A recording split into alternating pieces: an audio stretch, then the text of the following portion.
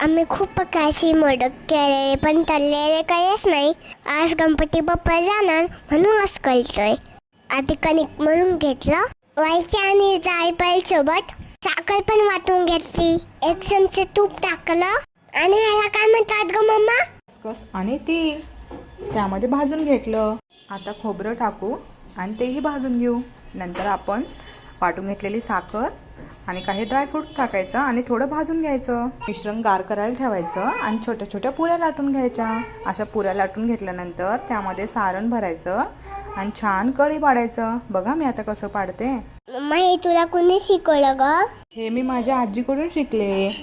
मी लहानपणी आजीच्या घरी होते ना राहायला, मग तीच शिकवले मला सगळं. तू तुझ्या मम्माकडे नव्हती? नाही. मोदक तयार झाल्यानंतर तेलात सोनेरी रंग येईपर्यंत तळून घ्यायचं. झाले मग आपले मोदक रेडी. चल आता आधी